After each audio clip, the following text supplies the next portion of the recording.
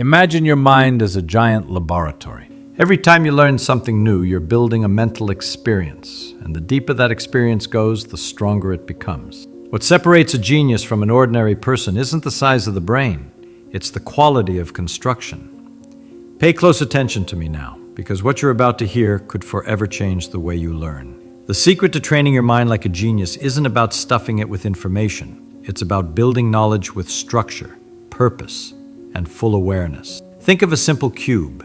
Inside it lies an idea, a formula, a concept, a memory. You can put it together quickly using tape and thin paper, but it'll break the first time it's tested. Or you can weld each side carefully, creating a firm, almost indestructible structure. That's what a genius's mind does. It doesn't rush, it refines. Most people learn in a hurry, trying to finish before they understand. They read, repeat, memorize, forget. But here's the secret. The brain isn't a vault of words, it's a living organism of thoughts, and every thought needs to connect to another. Memory isn't a gift, it's the side effect of well-crafted thinking. You remember best what you've actually thought about, what made you reason, make mistakes, compare, and doubt. And that's why, if you want to train your mind like a genius, you need to relearn how to think. Learn slowly, think deeply, build with intention. But now, listen carefully, because here's a truth that almost nobody talks about. Most of what you learn, you forget.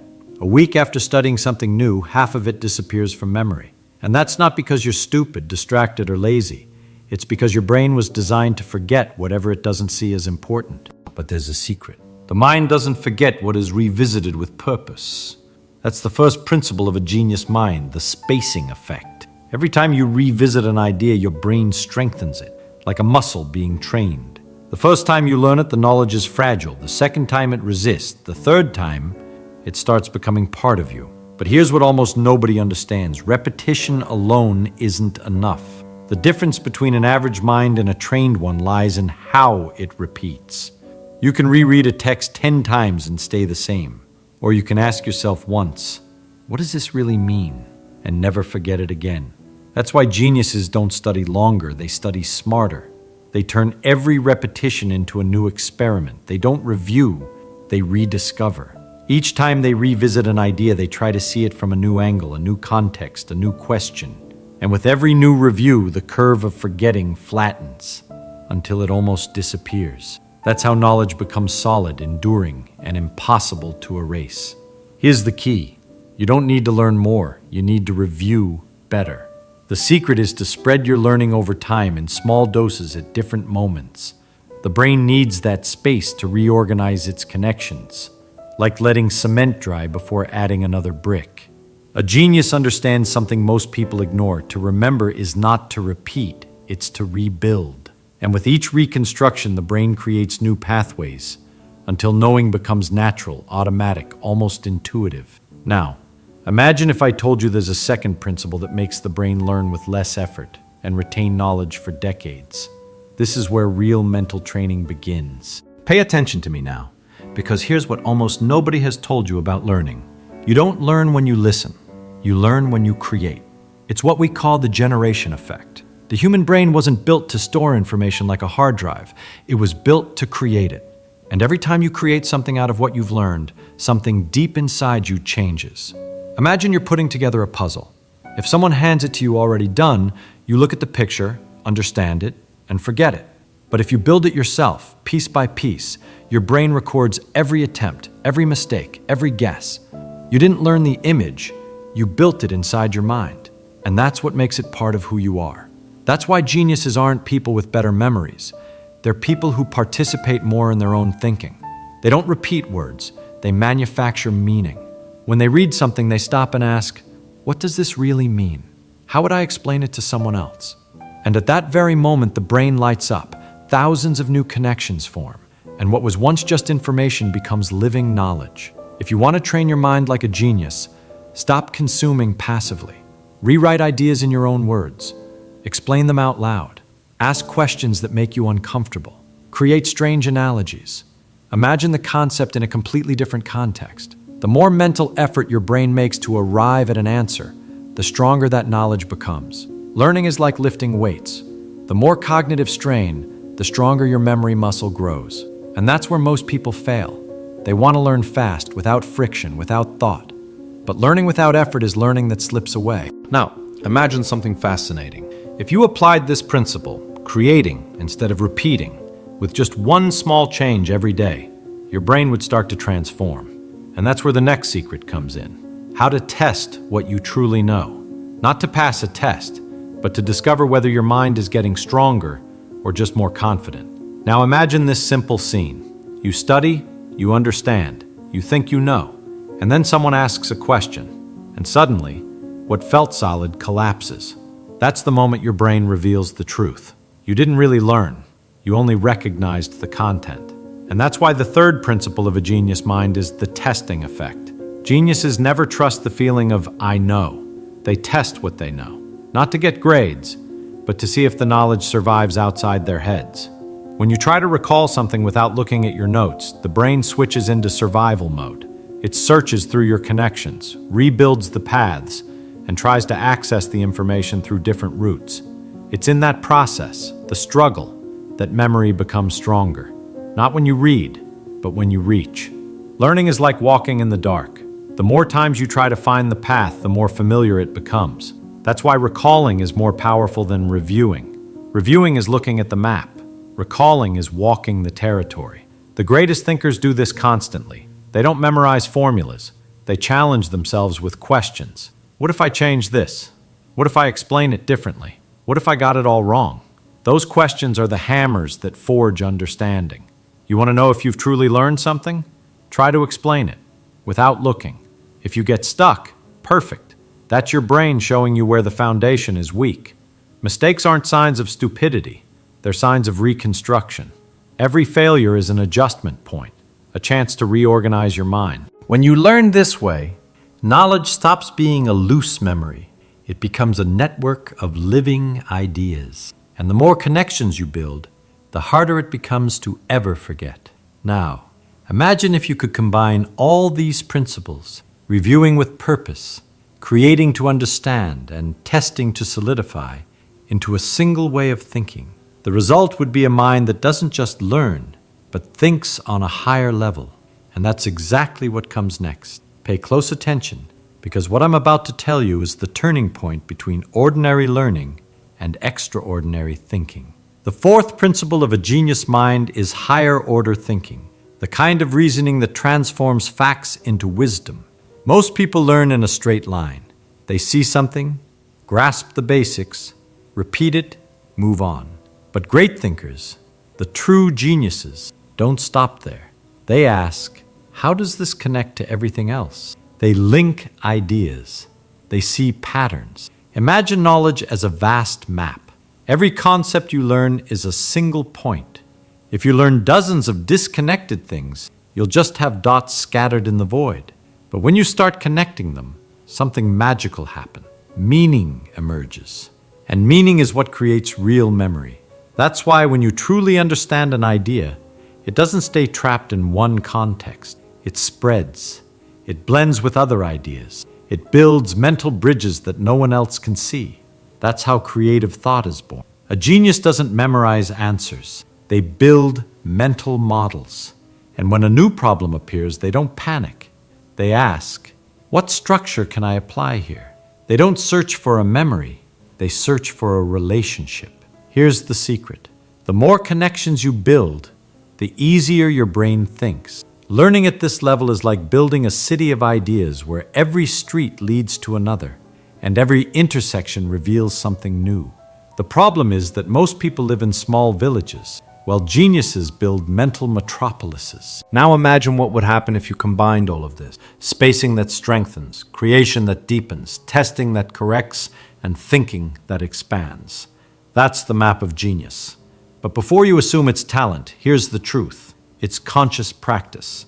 And any mind can learn to do this, even yours. From here on, you'll learn how to apply all of this in your daily life and literally train your brain to think like a genius. Imagine you now have all the pieces: review, create, test, and connect. But the real power lies in putting them together into a living system of learning, one that grows with you. When you apply all four principles, spacing, generation, testing, and higher order thinking, something incredible happens. The brain stops being a warehouse and becomes an organizer of ideas. You begin to think like a scientist, curious, questioning, patient, and deeply active in your own process of learning. Look, every time you review an idea, you strengthen the foundation. When you create from it, you build new layers. When you test yourself, you find cracks and fix them. And when you connect one idea to another, you raise mental bridges that make it impossible to get lost. You don't need to be born with talent. You just need to learn how to think actively. A genius mind isn't satisfied with knowing. It wants to understand why and how. It turns every question into fuel.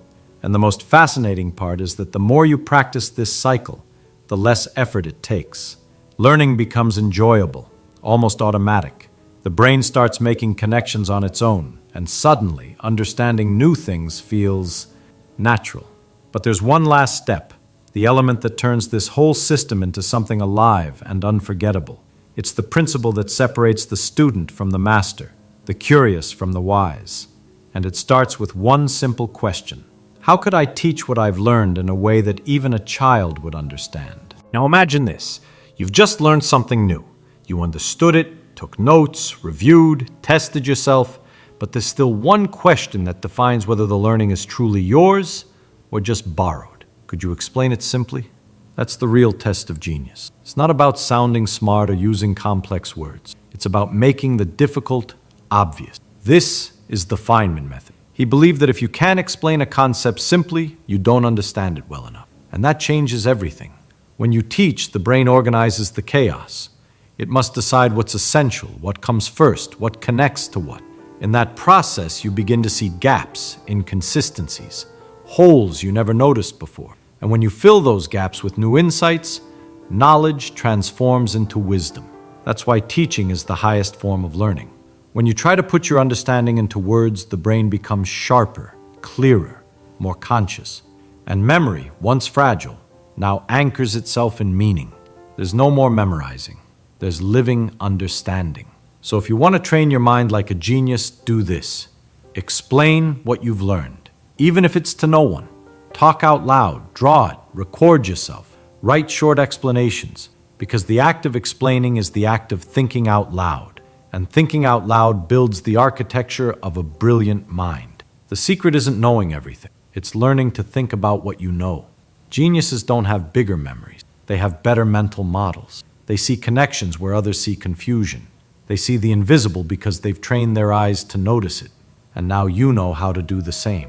Learn slowly. Create, test, connect, teach. That's the cycle that transforms an ordinary mind into an extraordinary. Like this video if it helped you see learning in a new way. And tell me in the comments, if you could ask Richard Feynman one question about learning, what would it be? Subscribe to the channel to keep training your mind. One video a week can literally rewire your brain. I want you to really think about something for a moment, because there is a fundamental misunderstanding that plagues our society, a misconception that limits human potential more than any other factor. People often come to me and say, I am not creative, I am logical, I do not have that gift. They speak of creativity as if it were a noun, a possession, like having blue eyes or a tall stature. But let me tell you, that is scientifically and philosophically incorrect. Creativity is not a noun. It is a verb. It is something you do, not something you have. Just as you do not wake up and simply have focus or motivation, you must generate them. You must also generate creativity. Consider children. If I were to walk into a kindergarten class right now and ask, who here is an artist? Every single hand would shoot up. They do not hesitate. They do not judge themselves. They simply explore. But somewhere along the line, we learn to fear being wrong. We learn to conform. We stop doing creativity and start waiting for it to strike like lightning. The secret is, you are already one of the gifted few. The machinery is there. You have simply forgotten how to operate it because you have retreated into what I call the cocoon. Let me illustrate this with a case study that might change how you view your daily interaction. Imagine you are on a flight. You have the aisle seat, and the middle seat is empty. You are comfortable. You are hoping, perhaps praying, that nobody sits there. Then, an elderly woman walks down the aisle. She looks different, perhaps a bit disheveled. Your instinct, the instinct of the cocoon, is to pull away. You put on your headphones. You isolate yourself with your music, perhaps listening to something sophisticated like Stravinsky's Firebird Suite, feeling very intellectual. You spend 5 hours sitting 5 inches away from this woman, ignoring her completely. Then, as the plane descends, she taps you on the shoulder. You discover in the last 30 seconds of the flight that she was actually a close friend of Igor Stravinsky. She was with him when he wrote the very music you were listening to. You see? By staying in your cocoon, by avoiding the uncomfortable or the different, you missed a connection to history. You missed a spark. And this is exactly how we kill our own ideas. The key is to understand that creativity is, at its core, simply the act of connecting dots. That is all it is. It is not creating something out of nothing. It is taking 2 distinct elements, a horse and the bar, a phone and the internet, and finding the surprising link between them. Now imagine your mind is a collection of these dots. These dots represent your experiences, the people you meet, the books you read. Here is the problem most professionals face. If you are an accountant and you only talk to accountants and you only read accounting journals, your collection of dots is identical. It is a sheet of navy blue dots, all 3/4 inches wide. And if you only have navy blue dots, you can only create navy blue ideas. They are predictable, they are safe, and they are utterly forgettable. To have an idea so powerful it feels illegal, you need a red dot, you need a green dot, you need to introduce a variable that does not belong. History proves this time and time again. Look at the printing press. Johannes Gutenberg did not invent the wine press, and he did not invent movable type. He simply saw 2 existing dots and connected them in a way nobody else had. Look at the Beatles. They connected blues, Motown, and skiffle.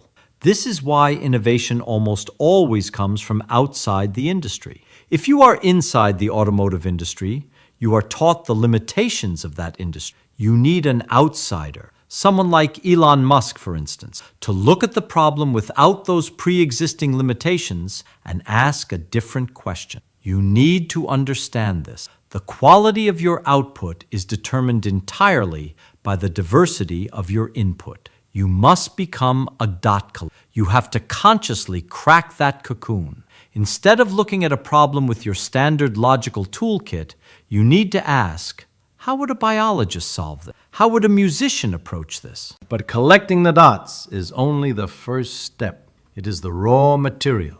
The actual processing, the synthesis of these ideas requires a specific state of mind. We often think we need to grind harder, focus more, and drink more coffee to have a breakthrough. But biologically, that is often the worst thing you can do.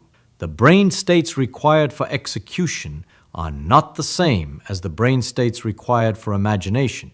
There is a reason why your best ideas do not come when you are staring at a spreadsheet, but rather when you're in the shower or drifting off to sleep.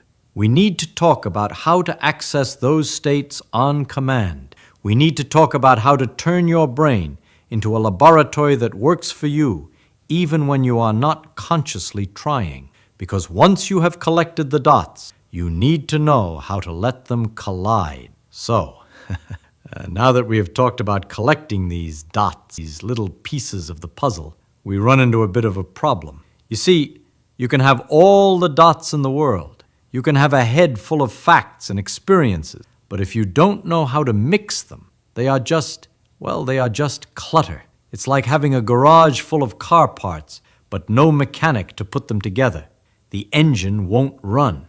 And this is where things get really interesting, because most of us are trying to force creativity while we are in the wrong gear. We are running around in what scientists call the beta state.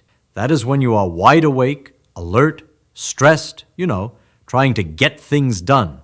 But trying to be creative in that state is like trying to plant a garden in the middle of a highway. It's just too fast. The soil isn't right. The secret is, You have to slow the machine down. You have to find the gaps between the noise. Have you ever noticed, and I mean really noticed, that your best ideas never come when you are sitting at your desk, staring at a blank screen, gritting your teeth? No, they come when you are in the shower, or when you are driving down a long, boring road, or right when you are drifting off to sleep. Why is that? Is it the water?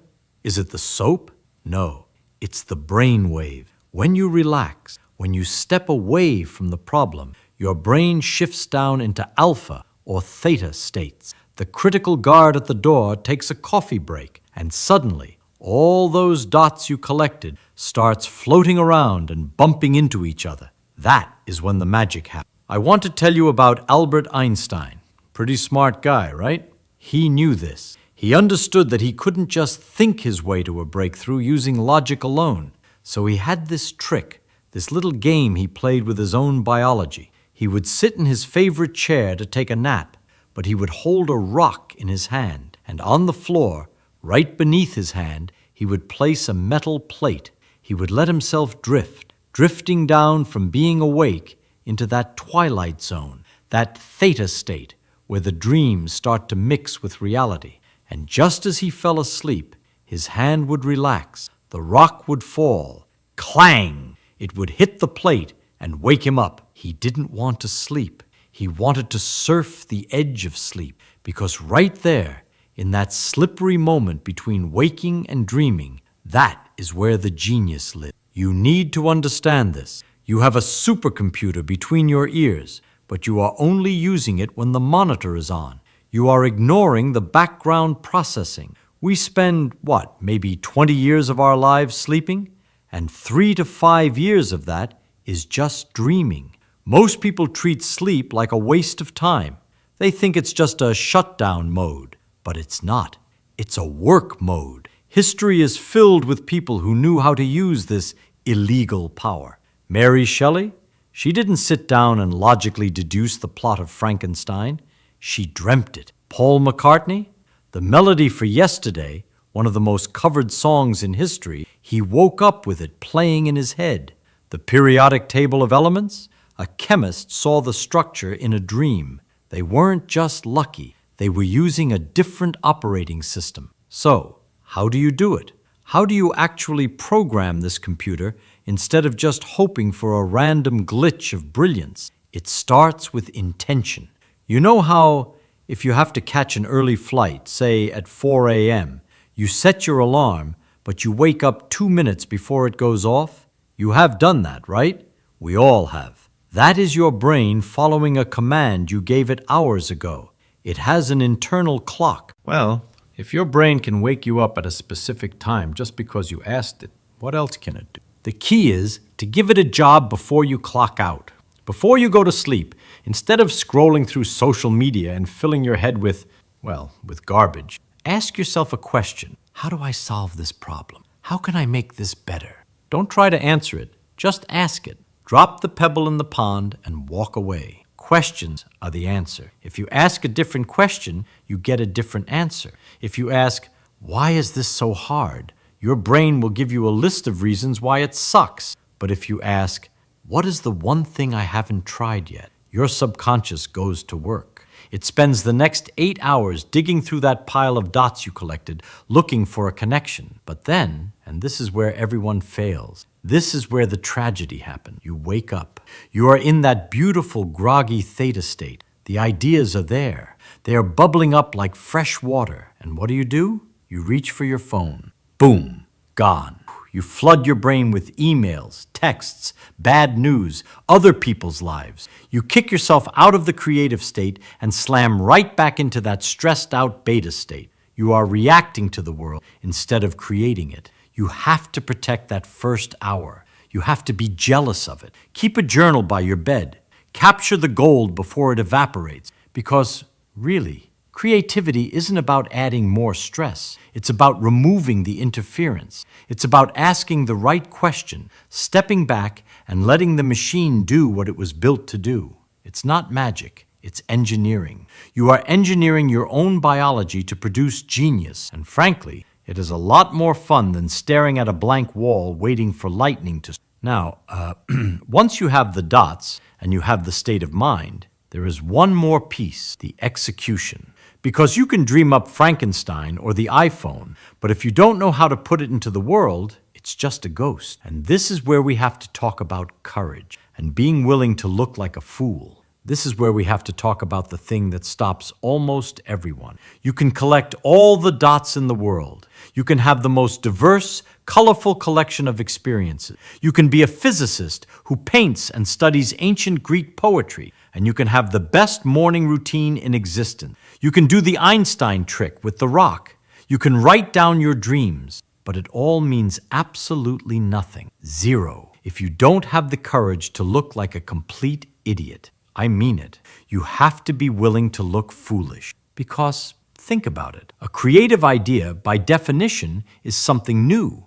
It hasn't been done before. And if it hasn't been done before, it looks weird. It looks wrong. It looks like it doesn't belong. And our instinct, that cocoon instinct we talked about, screams at us to keep our mouths shut so we don't get laughed at. The secret is, the best ideas always sound crazy at first. There is this story, a wonderful story, about a TV show back in the 80s. They had booked a huge star. I think it was Johnny Depp, but he canceled at the last minute. Panic. Absolute panic. The producers are sitting around a table, sweating, trying to figure out who to book. They are suggesting quarterbacks, news anchors, the standard blue dot idea. And then, the lowest paid writer in the room, a guy nobody really listened to, pipes up and says, I can do something with liquid nitrogen. Now, imagine that. You are looking for a celebrity guest, and this guy suggests freezing an onion. The boss told him to shut up. Literally, shut up, Bill, because it didn't fit the pattern. But the writer kept going. He painted a picture. He said, no, look, we freeze a marshmallow, we eat it, smoke comes out of our nose. It'll be funny. He connected two dots that had no business being together. Hard science and sketch comedy. And because he was willing to look stupid, because he was willing to be the different dot in the room, that writer, Bill Nye, became the science guy. He changed the world for an entire generation of kids, but he could only do that because he cracked the cocoon. He didn't stay in his lane. You need to understand this. The future, the world we are heading into, it doesn't belong to the people who can just follow instruction. We have machines for that now. We have computers that can calculate faster than you, memorize more than you, and organize data better than you ever will. The logical work, that is going to be outsourced. It's gone. But what cannot be outsourced, what a machine cannot do, is dream. A machine cannot wake up with a melody in its head because it broke up with its girlfriend. A machine cannot look at a wine press and see a printing press because of a hunch. The future belongs to the creatives. It belongs to the dot connected. It belongs to the people who are brave enough to ask, what if, instead of just, what is? So, here is my challenge, and I want you to really take this serious. I want you to do something today that makes no sense. I want you to go out and collect a dot that scares you a little. If you are a tech guy, go take a pottery class. If you are an artist, go read a book about quantum mechanics. Go talk to someone who disagrees with you politically, not to argue, but just to see how their brain works. Treat people like puzzle pieces. When you see someone weird on the bus or the plane, don't put on your headphones. Lean in. Ask a question. How is this like that? Because, really, creativity is the only infinite resource we have. We can run out of oil. We can run out of land. But we can never run out of ideas as long as we keep colliding with it, as long as we keep the walls down. You have the machinery. You have the alpha states, the theta states, the dream state. You know that you need to protect that first hour of the morning. Please, for the love of physics, stop looking at your phone as soon as you open your eyes. Let your brain breathe. Let it work for you. And one last thing. It's kind of important. If you found a little spark here, if something in this rambling clicked, then you are probably one of us. You are a dot collector, and we need more of you. So, do me a favor. Down below, there is a button that says subscribe. Click it. Not because I need the numbers, Well, maybe I do, but because you need the reminder. You need to be around other people who are asking these questions. And leave a comment. Tell me, what is one weird thing you are going to do this week to crack your cocoon? I really want to know. Now, go. Go collect some dots. The world is waiting for your next idea, and it better be a good one. See you next time. He barely opened textbooks.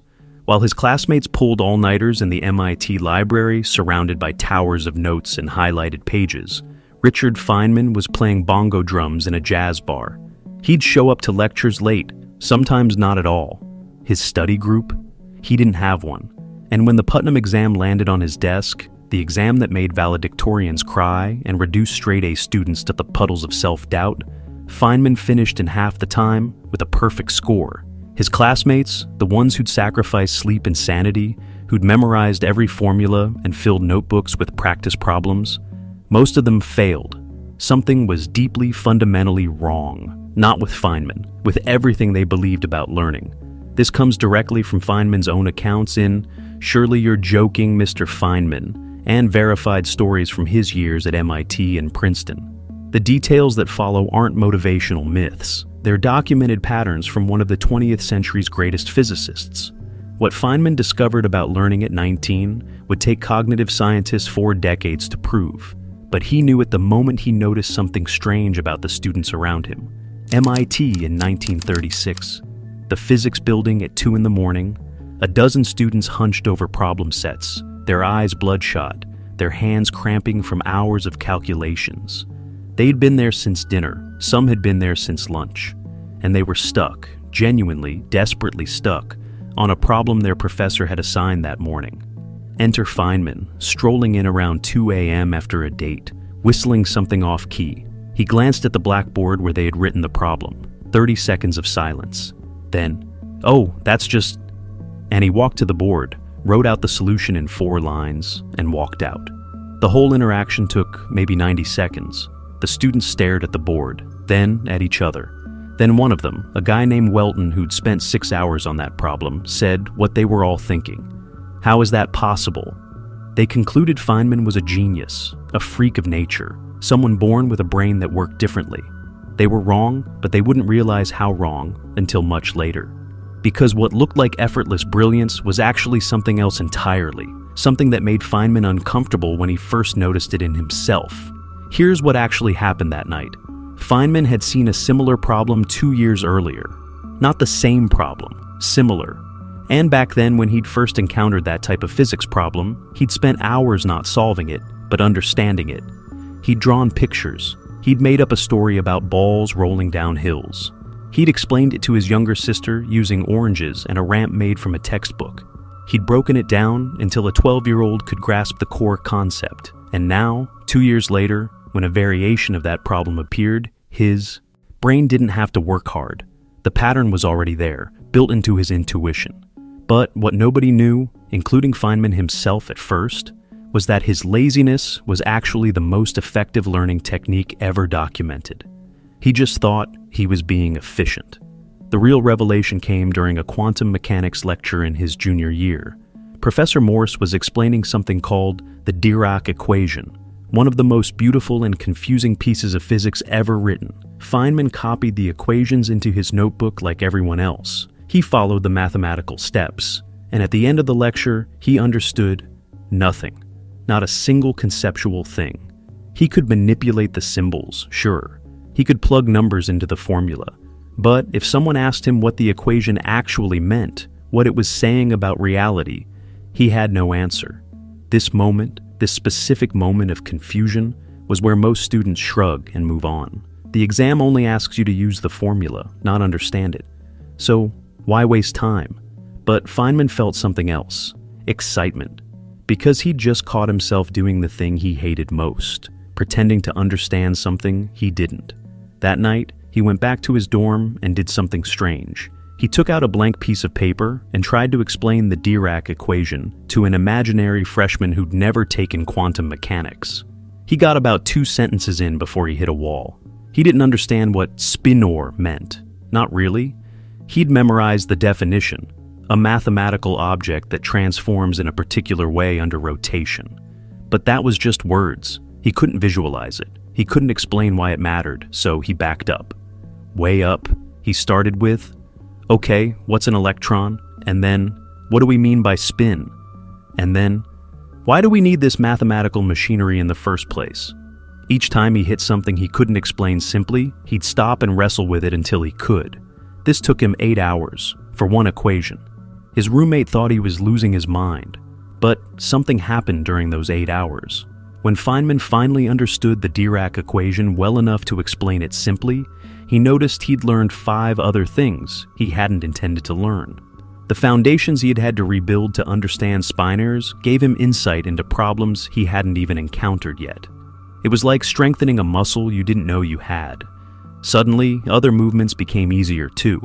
But this created a problem Feynman didn't expect, because once you know what real understanding feels like, you can't unknow it. And most of his education, most of everyone's education, suddenly felt hollow. He started noticing it everywhere. Lectures where professors define terms using other undefined terms, creating circular nonsense that sounded profound but meant nothing. Textbooks that presented formulas without derivation, expecting students to memorize the result and move on. Study groups where people quizzed each other on facts without ever asking, but why is that true? And worst of all, classmates who could ace exams while having zero intuition for the actual physics. There was a guy in Feynman's differential equations class who could solve any problem the professor assigned. Any problem. He had perfect technique, perfect notation, perfect grades. Feynman asked him one day, "What do you think a differential equation actually is? Like, what's it doing?" The guy stared at him. "It's a relationship between a function and its derivatives." He was quoting the textbook definition verbatim. Feynman pushed, "Okay, but what does that mean? What's it modeling?" Silence. Then, "Why does that matter? We just need to solve them." That conversation haunted Feynman, because this guy wasn't stupid. He was technically brilliant, but he'd learned a trick without learning the thing. He could perform physics without understanding physics. And the terrifying part? The education system rewarded him for it. Perfect grades, scholarship offers, professorships in his future. Meanwhile, Feynman, who spent half his time staring at walls trying to visualize what equations actually meant, was considered lazy by some of his professors. And then something happened that almost derailed everything. A professor called him out in class. Feynman had missed the previous 3 lectures because he was stuck on a single concept from 2 weeks ago. Something about tensor notation that didn't make sense. The professor, irritated, asked him to solve a problem on the board. It involved the exact notation Feynman had been wrestling with. He walked to the board, stared at it for a moment, then said, "I can't do this." The room went silent. Someone whispered, "Feynman can't do it?" The professor, sensing an opportunity to make an example, said, "Perhaps if you'd attended the lectures, Mr. Feynman." But then Feynman said something that changed the temperature in the room. "No, I can't do this because I don't understand what this notation means. And I don't think anyone else here does either. We've just memorized the procedure." He turned to face the class. "Can anyone explain what this symbol represents? Not the definition from the book. Explain it like you'd explain it to your little sister." Silence. 20 students, all of whom could solve tensor problems in their sleep, and not one could explain what they were actually doing. The professor noticed, and he wasn't happy. But he also wasn't stupid. After class, he pulled Feynman aside and said something Feynman never forgot. "You're either going to fail or change physics. There's no middle ground with your approach." The professors were right to worry, because Feynman's approach was about to produce results that shouldn't have been possible. Senior year, the Putnam exam. If you don't know this test, imagine the hardest math problems you've ever seen. Multiply the difficulty by 10, and then give students 3 hours to solve them. The median score is usually 0, or 1 out of 100 points. Getting 20 points makes you a campus legend. Feynman scored a perfect 100 and finished in 90 minutes. His classmates were devastated. Not because he beat them, they expected that, but because of what he did after finishing. He walked around the exam room, looked at what other students were working on, and started explaining where they'd gone wrong during the exam. The proctors had to stop him, because technically it was against the rules, but the damage was done. Students who'd spent the entire semester memorizing techniques realized those techniques were useless if you didn't understand the underlying structure. And Feynman understood structure better than anyone they'd ever met. But here's what's strange. Feynman didn't think he was doing anything special. Years later, in an interview, he'd say, "I just refuse to fool myself. That's all. Most people learn to pretend they understand things. I never learned that skill." This wasn't about being smart. This was about being honest, brutally, almost painfully honest, about what you actually understand versus what you've memorized. And that honesty? It's the one thing most learners refuse to have. The pattern repeated at Los Alamos during the Manhattan Project. Feynman arrived knowing almost nothing about the specific nuclear physics required for bomb design. The other physicists, Oppenheimer, Bethe, Fermi, were already experts. Feynman was assigned to a computational group, basically doing grunt work. Within 3 months, he was leading theoretical discussions with Bohr. Within 6 months, Oppenheimer was assigning him problems that senior physicists had been stuck on for weeks. The transformation happened so fast, it made people suspicious. Was Feynman hiding previous knowledge? Was he a savant? Neither. He'd simply done the thing he always did, refused to pretend. When he didn't understand something in a meeting, he'd interrupt. "Wait, what do you mean by that?" Senior scientists would sometimes bristle. Didn't this kid know basic nuclear physics? But Feynman didn't care about looking smart. He cared about actually understanding. And his questions, the ones that seemed naive at first, often revealed that nobody in the room fully understood what they were talking about. They'd just gotten comfortable with the jargon. Hans Bethe, who became Feynman's mentor at Los Alamos, later said, "I learned more physics from explaining things to Feynman than I learned from any textbook, because he'd ask why about things I'd stopped asking why about decades ago." Here's where it gets uncomfortable. Because Feynman's method exposes something most people spend their entire education hiding: the difference between performing knowledge and possessing knowledge. You've felt this. That moment in a meeting when someone asks you to explain something you thought you knew, and suddenly your mind goes blank. Or that exam where you'd memorized every formula but couldn't solve a problem that was slightly different from the practice problems. Or that course you took where you got an A, and 2 months later, you couldn't remember a single concept. This isn't because you're stupid. This is because you were taught by people who didn't know how learning actually works. They taught you to optimize for grades, for certificates, for the appearance of knowledge. And appearance is easy to fake. Understanding is not. Feynman would have diagnosed you in 30 seconds. He'd have asked you to explain something you claimed to know, and within 2 minutes, you'd hit a wall. A concept you can't define, a principle you can't derive, a connection you assumed but can't justify. And right there, at that wall, is where learning actually begins. But most people never stay at the wall long enough. They see confusion as failure, as evidence they're not smart enough, so they paper over it with memorization and move on. Feynman saw confusion as an invitation, as a sign that something interesting was hiding there. He'd later codify this into what teachers now call the Feynman technique, though he never called it that. The method is simple. Take something you think you understand and try to explain it to a child. Not a college student, not even a high school student, a child. And when you hit something you can't explain simply, and you will hit it, that's your gap. That's where you don't actually understand. So, you back up, rebuild your foundation, and try again. But here's the thing nobody talks about. This method is uncomfortable. It's slow. It makes you feel stupid, at least at first, which is why most people don't do it. They'd rather feel smart while learning nothing than feel confused while learning everything.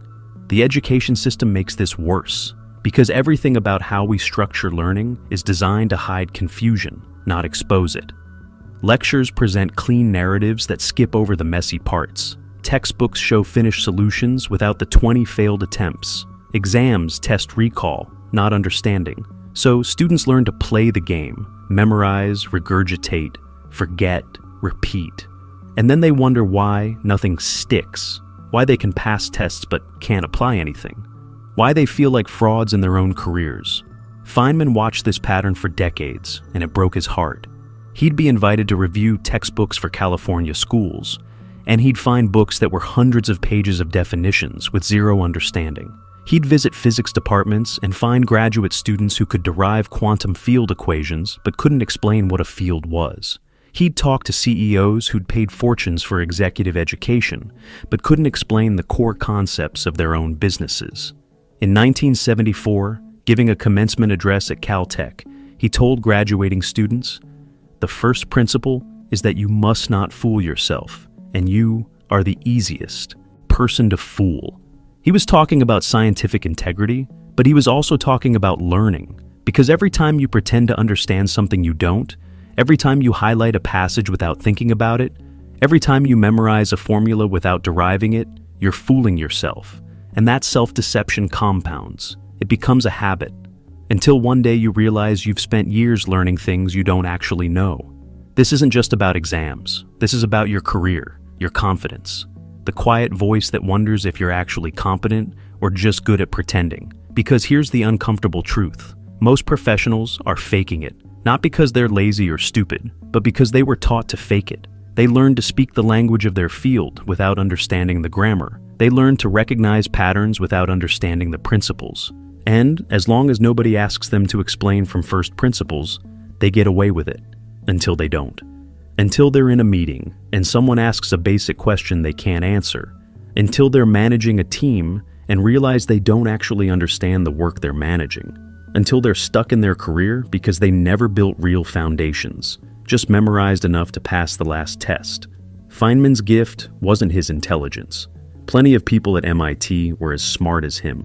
His gift was permission to feel confused, to ask stupid questions, to admit ignorance, to rebuild understanding from scratch even when it takes 8 hours for one equation. Most people never give themselves that permission. They think confusion is failure. Feynman knew confusion was the only honest starting point. He'd say in later interviews, "I don't know what's the matter with people. They don't learn by understanding. They learn by some other way, by rote or something. Their knowledge is so fragile." He wasn't being arrogant. He was genuinely confused by why people chose the hard path. Memorization, cramming, surface-level learning that evaporates in weeks when the easier path was right there. Build understanding once, deeply, and it becomes intuition. You can't forget intuition. You can't lose it under pressure. It becomes part of how you see the world. But that path requires something most people aren't willing to give: temporary humility. You have to be willing to feel stupid for a few hours, to rebuild concepts you thought you already knew, to question assumptions everyone else has accepted. And in a world that rewards confidence over competence, that temporary humility feels like weakness. It's not weakness, it's the only path to actual strength. Late in his life, Feynman received a letter from a young physics student who was struggling. The student wrote, "Everyone else seems to get this easily. I have to work so hard just to keep up. Maybe I'm not cut out for physics." Feynman's response: "Study hard what interests you the most, in the most undisciplined, irreverent, and original manner possible." Translation: stop trying to learn like everyone else. Stop optimizing for grades or approval. Stop pretending to understand what you don't. Learn for real, even if it's messy and slow and makes you look foolish. Because here's what Feynman understood that most people miss. Struggle isn't learning. Struggle is a signal, a flashing warning light that says you're taking the wrong approach. Real learning, the kind that builds intuition and lasts forever, doesn't feel like struggle. It feels like clarity arriving in waves, like pieces clicking into place, like suddenly seeing a pattern you couldn't see before. When Feynman worked on a problem he truly understood, it didn't feel like work. It felt like play, like exploring, like discovering something that was always there but hidden. The struggle came before that, during the foundation building, the question asking, the confusion embracing. But once the foundation was there, the actual learning felt almost effortless. That's the metric most people miss. If learning consistently feels like punishment, like grinding through content you don't understand to get a grade you don't care about, you're doing it wrong. Not morally wrong, strategically wrong. You're choosing the path that works least well, that produces knowledge that evaporates fastest, that builds confidence on sand instead of stone. Feynman proved you can learn faster, better, and with more enjoyment by doing the one thing most education systems punish: being honest about what you don't know. But Feynman's learning method was only half of his secret. The other half, the one he rarely talked about, and that changed everything about how he approached physics, had to do with how he chose what to learn in the first place. Because while everyone else was racing to study the trending topics and impress the famous professors, Feynman was following a completely different compass. And that compass led him to questions nobody else thought were worth asking, questions that later revolutionized entire fields. But to understand that choice, we need to look at what happened the summer after Los Alamos, when Feynman almost quit physics entirely. Let me tell you something no one has ever said to you this way, directly. Your brain loves learning. It was born for it, but it hates studying the way you were taught. And do you know why? Because they taught you to study like a machine, but you're human. They told you to repeat, to memorize, to copy, review, repeat again. But the brain wasn't made to follow commands. It was made to explore ideas. Think of the times you learned something effortlessly. Maybe a new game, a song, or that episode of a series you still remember in every detail. You didn't study that. You lived it. Your brain was celebrating, active, curious, connecting things, creating stories, laughing, engaging. That's what real learning feels like. Now compare it to that moment when you sat in front of a book, repeating the same sentences, trying to convince yourself you were focused. That feeling when your mind starts to drift, your body is there, but your head is gone. That's your brain screaming, "This isn't working." Think about how many times you tried to learn something and felt like nothing was sinking in. How many times you looked at a page and everything felt dull, lifeless, colorless. Now, pay close attention to me. The problem was never the subject. It was the way you tried to learn it. The human mind was created to discover, not to memorize. It lights up in front of a mystery, but it shuts down in front of repetition. When you feel bored while learning, it's not a lack of intelligence. It's a sign that you're trying to push knowledge through a path your brain refuses to take. Boredom is your brain's alarm saying, "Hey, you're not really learning. You're just trying to survive the information." Now imagine something simple. A scientist facing a mystery. He doesn't memorize formulas. He plays with them. He tests, he fails, he compares, he asks, "Why does this happen?" And in that process, his brain lights up like a constellation. That's what learning truly is. It's investigation. It's connection. It's transforming the unknown into something familiar. But what do most people do? They pick up a book and try to force the mind to obey. You don't master knowledge that way. You push it away. Learning is not punishment.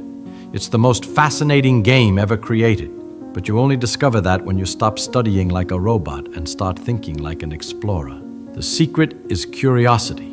Every time you ask, "What if?" the brain wakes up. Every time you just read without questioning, it falls asleep.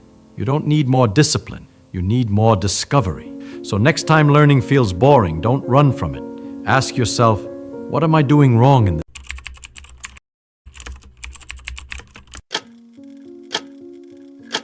Let me tell you something no one has ever said to you this way, directly. Your brain loves learning.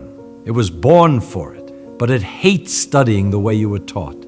And do you know why? Because they taught you to study like a machine, but you're human. They told you to repeat, to memorize, to copy, review, repeat again. But the brain wasn't made to follow commands. It was made to explore ideas. Think of the times you learned something effortlessly. Maybe a new game, a song, or that episode of a series you still remember in every detail. You didn't study that. You lived it. Your brain was celebrating, active, curious, connecting things, creating stories, laughing, engaging. That's what real learning feels like. Now compare it to that moment when you sat in front of a book, repeating the same sentences, trying to convince yourself you were focused. That feeling when your mind starts to drift, your body is there, but your head is gone.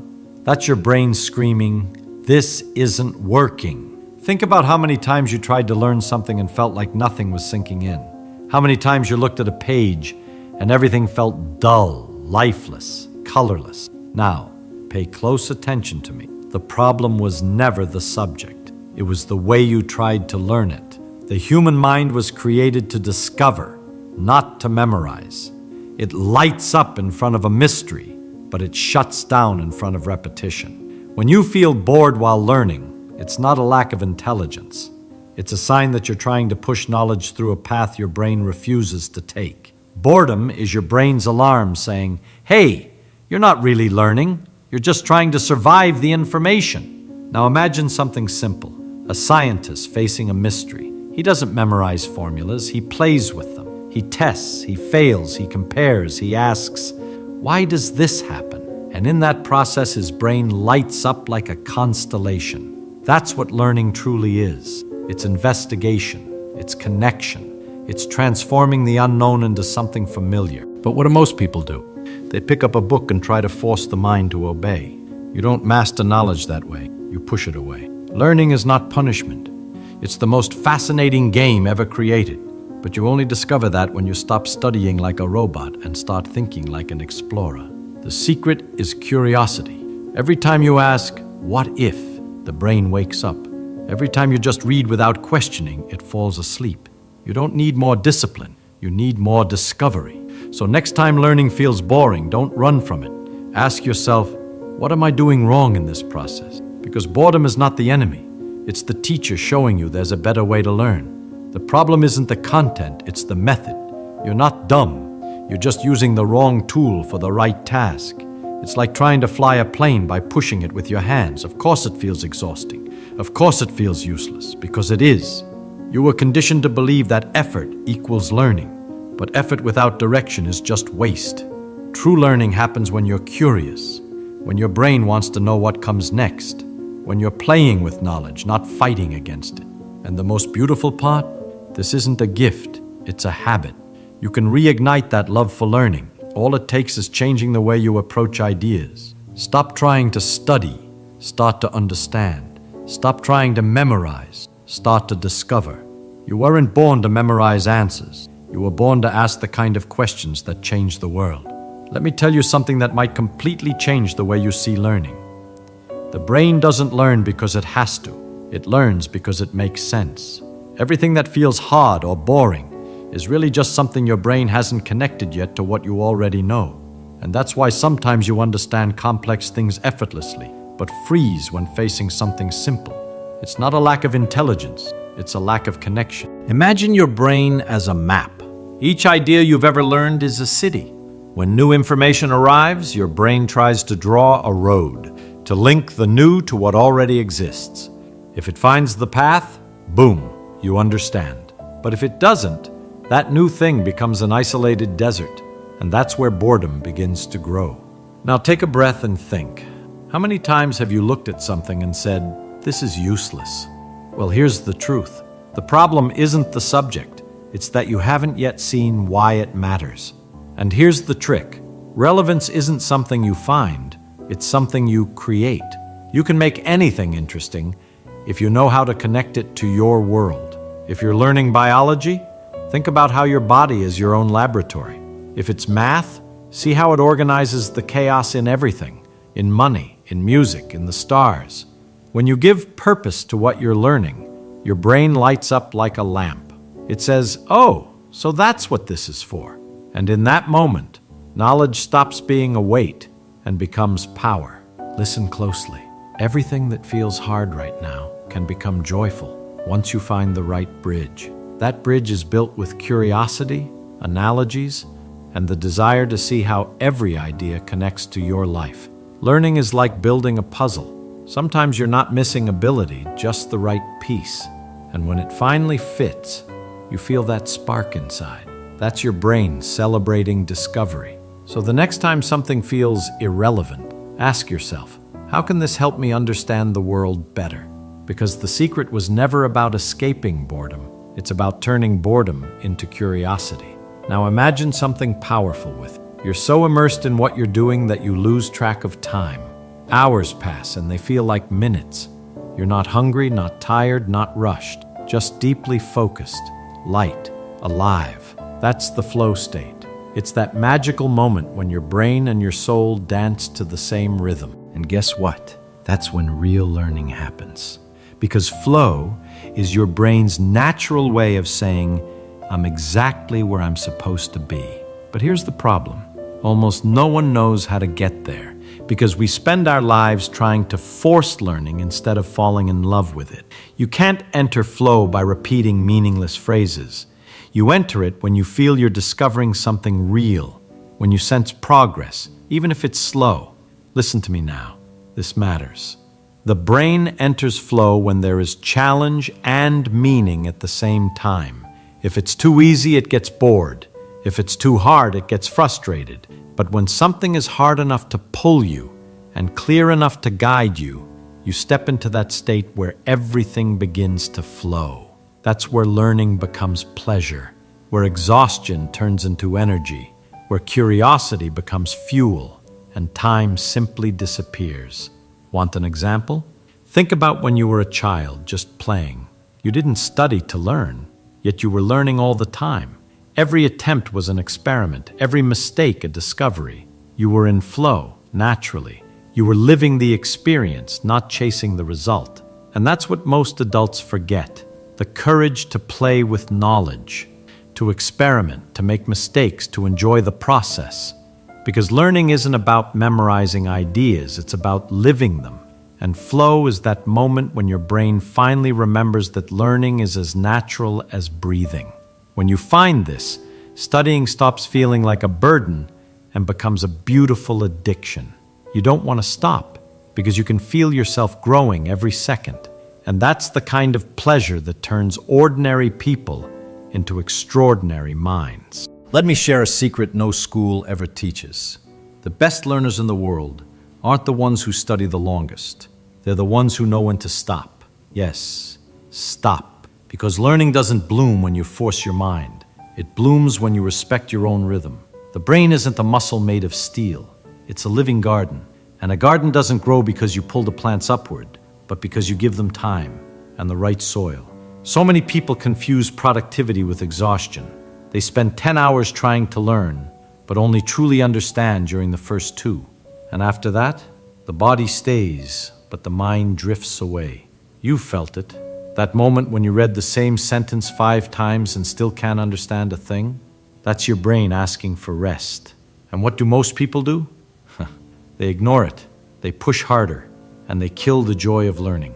Listen to me carefully now. Deep learning demands energy, and energy is not forced, it's renewed. You need pauses, you need breath, moments where the brain reorganizes, reconnects, and finds meaning. It's in that silence that ideas begin to bloom. It's in rest that knowledge turns into wisdom. So stop measuring your worth by how many hours you spend studying. It's not the quantity of time that defines your progress. It's the quality of your attention. 3 hours of real learning are worth more than 10 hours of obligation. You don't need to study more. You need to study better. If you can enter flow, truly engage for 3 hours, then allow yourself to stop, to breathe, to walk. You'll return more creative, more alive, more ready to learn again. Because learning is not a race, it's a dance between effort and rest. And when you finally understand that, you realize that learning can be the most natural, joyful, and transformative act of your life. Do you know the biggest mistake